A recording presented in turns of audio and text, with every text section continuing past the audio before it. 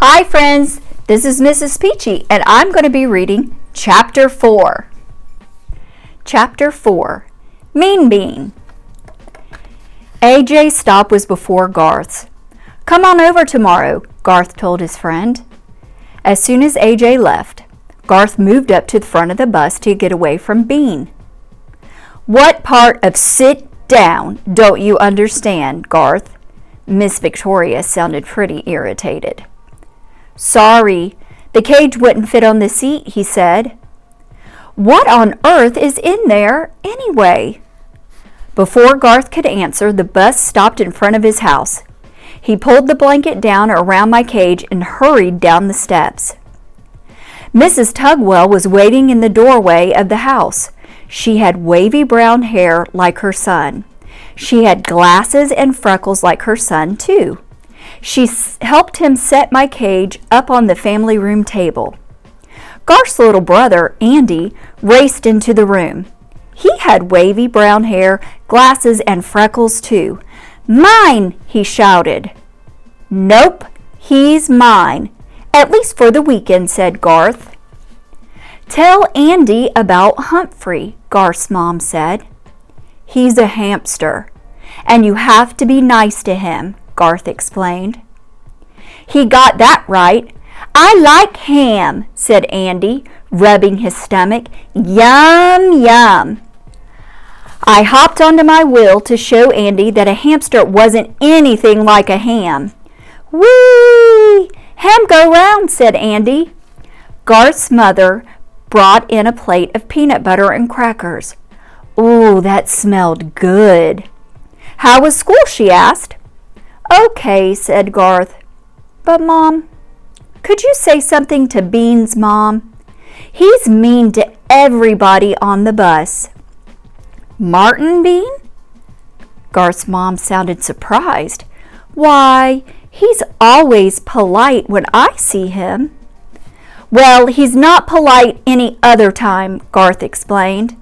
"He tripped a girl on the bus and called everybody names." That doesn't sound like Martin. What did the bus driver do?" "Nothing," Garth answered. "Well, I think she should be the one to work things out," said Mrs. Tugwell. "But you're friends with Mrs. Bean." "I probably won't be if I complain about her son. Maybe if you were friendlier to him, he'd act nicer." "Mom!" Garth moaned. "It's worth a try," his mom suggested. I had to squeak up. "He's the meanest bean I've ever seen." "Goodness, what's the matter with Humphrey?" asked Mrs. Tugwell. "Maybe he doesn't like Marty either," Garth muttered. "He's one smart guy." Shortly after Mr. Tugwell came home, Natalie arrived. She was the babysitter, but I didn't see any babies around for her to sit on. Garth wasn't a baby, Andy wasn't a baby, and certainly I was no baby. Natalie had black hair and wore a black shirt, black pants, and black shoes. She had glasses with black frames. Her lips were bright red. "Order a pizza," said Garth's dad, handing Natalie some money. "I got some videos for the guys." "Okay," said Natalie. "Mind if I do some homework?" "As long as you get the boys to bed on time," Mrs. Tugwell explained. Natalie glanced at my cage. "What about the rat?" I felt quite discouraged. I'd already been called a mouse and a ham that day. "He's a hammer!" Andy yelled. "Oh, a hamster! How cute," said Natalie, leaning in toward my cage. "Hey there, big boy!" Whew! After a miserable week and a rough ride home, I suddenly felt a whole lot better. Later, the boys ate pizza and watched videos while Natalie read from a big, thick book. "What's that?" asked Andy, leaning over her shoulder. "How come it doesn't have any pictures?" "College books don't have pictures." Andy wrinkled his nose. "What's college?" Natalie sighed. After you go to high school and graduate, if you want a good job like a doctor or a lawyer or a teacher, you have to go to college. I know that, Garth piped in. City College is right down the street. Mom took classes there last year. That's where I go, said Natalie. I'm studying psychology. The way she said it, the big word sounded like psychology. But the word on her book was spelled Psychology.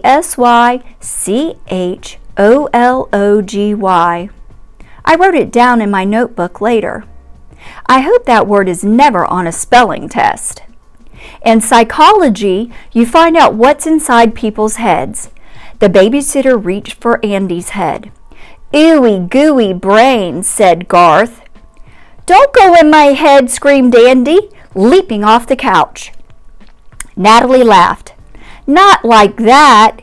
Psychology teaches you how people think.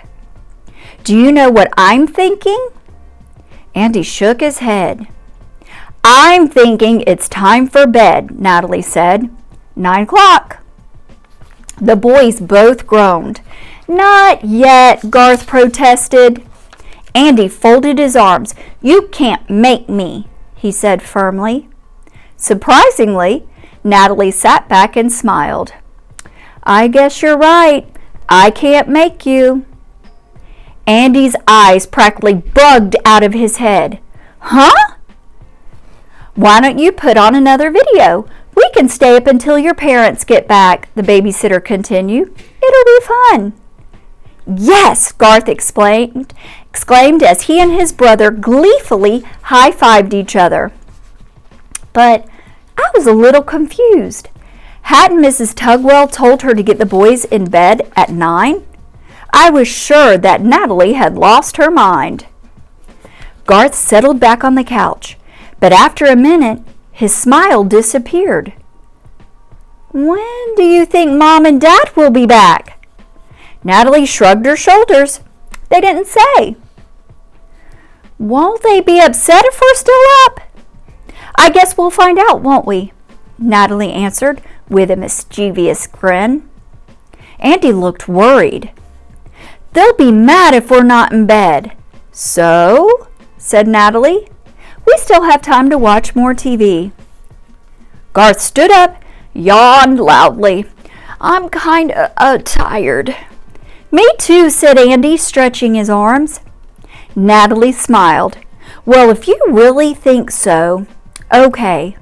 You two get ready for bed, and I'll be up in a minute. As the brothers raced upstairs, Natalie chuckled to herself. They leaned in toward my cage. And that, Humphrey hamster, is what is called reverse psychology. You get people to do what you want by telling them to do the opposite. Reverse psychology. Remember, it's pronounced psychology. Now that's how people's minds work. Just tell them to do the opposite of what you want them to do. You can sure learn a lot at college. You can learn a lot from a good babysitter too. The next afternoon, AJ came to Garth's house to play. Mrs. Tugwell took Andy out to buy new shoes.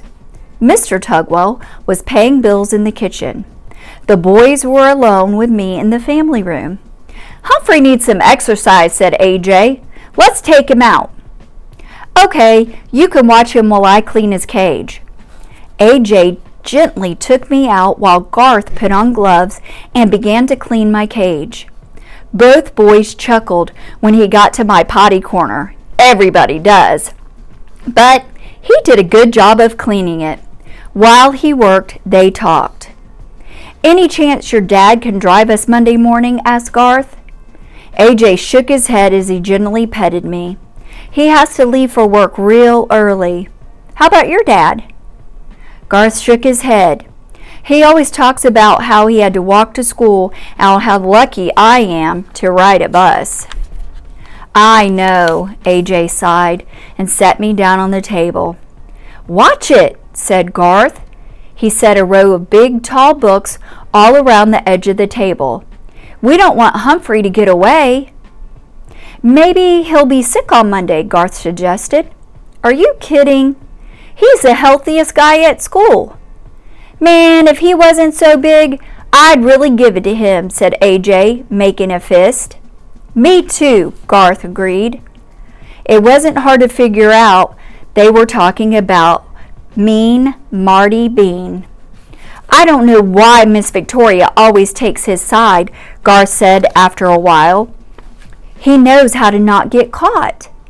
The boys were silent until Garth said, "Miranda was getting a drink at the fountain at recess, and he came up and pushed her out of the way." The thought of someone pushing golden Miranda, an almost perfect human, really ruffled my hair. "Did she tell?" asked AJ. "Yeah, he said he didn't do it," Garth explained. "Said he wasn't anywhere near her. He said Kirk did it. Kirk almost got in trouble, so Miranda said it was all a mistake to get Kirk off the hook." "Kirk the jerk. That's what Bean calls him," he said Garth. "He's got a name for everybody. That's why he doesn't have any friends." He stepped back and pulled off his rubber gloves. "I think that's one clean cage." "Great," I squeaked. "But what are we going to do about Bean?" "Bean's a pretty funny name," AJ said with a chuckle. "Bean brain." "Bean breath," said Garth. The boys started laughing. "Bean bag." "Bean jeans." "Green bean." "Mean bean." "Hey, that rhymes." "Mean green bean." Mrs. Brinsbane would be proud to hear them rhyming. I like hearing them laugh. However, I was worried. Bean had something about a mousetrap. The mere mention of those contraptions made me shiver and quiver, and I didn't want to see anybody get tripped or pushed again. "Ready to go back in, Humpty Dumpty, Humphrey Dumpty?" asked Garth. "Yes," I squeaked, which for some reason made the boys howl and laughter again. Once I was back in the cage, the boys went up to play in Garth's room. This gave me time to think. Here were Garth and AJ, really good friends. They were nice to each other and stuck together. Marty Bean wasn't friendly to anybody, and he didn't have any friends. All my classmates liked Og, but when I offered to be his friend, he leaped at me in a very rude way. The business of friendship is not as easy as it sounds. I figured just before dozing off for a long afternoon nap. It was nice at Garth's house that weekend. The announcer on the TV said it was cold, cold, cold outside, so the Tugwells stayed inside. The family popped popcorn. Did that smell good? And they watched TV and snuggled on the couch. As happy as I should have been, I worried about Monday's bus ride. What I needed was a plan, and maybe a little psychology. "Are you sure the little Kai won't catch cold?" asked Mrs. Tugwell, as Garth was ready to leave for school on Monday. "He's got a fur coat, and I'll cover him," Garth assured her. I was plunged into total darkness as he threw a blanket over the cage. "Bye, Ham!" shouted Andy. "Bye, Andy!" I squeaked back. After all, a ham isn't the worst thing a person can be called. Soon, I heard the squeal of the bus brakes as it stopped in front of the Tugwells' house. "All aboard!" I heard Miss Victoria say. "Find a seat." "The cage is too big. Can't I sit up here?" asked Garth. "Do you see any empty seats up here?" the bus driver replied. "Get moving and keep moving." I was already queasy just thinking about Bean. As Garth walked toward the back of the bus looking for an empty seat, my cage swayed back and forth like a ship on a rough sea, which didn't help my stomach at all. Once we sat down, the bus started rolling. A block later, it abruptly stopped, and I slid across the floor of my cage. Ouch! All aboard, I heard Miss Victoria say. Find a seat, AJ. AJ walked to our seat. Move over, he told Garth. I have to sit on the aisle, Garth replied. The cage won't fit in the seat. AJ crawled over Garth so he was close to the window. As he did, he bent down and whispered, Told you he'd be here. He's always here. As the bus lurched forward, my cage wobbled enough for the blanket to part so I could see a little. And what I saw was most unpleasant. Marty Bean sitting right next to us. Hey, Garth, is that your face, or did somebody throw up on you? I could see the smirk on his face as he leaned in close, mere inches from my cage. Is that a cage, Bugwort, or is it your purse? Bean asked. He hooted at his own joke, even though it wasn't funny. It may have been cold outside, but I was getting pretty hot. Og might be unfriendly, but this Bean was even worse. I hadn't thought of Og all weekend. Now it all came back to me. The green skin, the repulsive grin, the way he leaped up and scared me. I hadn't taken it from that frog, but I wasn't going to take it from this big bully. This was the time to act. I quickly opened the lock that doesn't lock and took a deep breath before leaping onto Martin Bean's leg. Stop being mean, Bean, I yelled at the top of my voice. It may have sounded like squeaking to him, but I made my point. Eek! Marty shouted. It's on me! A mouse! He threw up his hands in the air and screamed as I ran in circles on his leg. Help me! Somebody help! The faces around me were a blur, and I was getting dizzy. As Marty continued to scream, the other kids began to laugh, softly at first, and then louder and louder. He's only a little hamster, I heard Garth say as he scooped me up in his hands. He wouldn't hurt a flea. I liked being called a he a lot more than being called an it.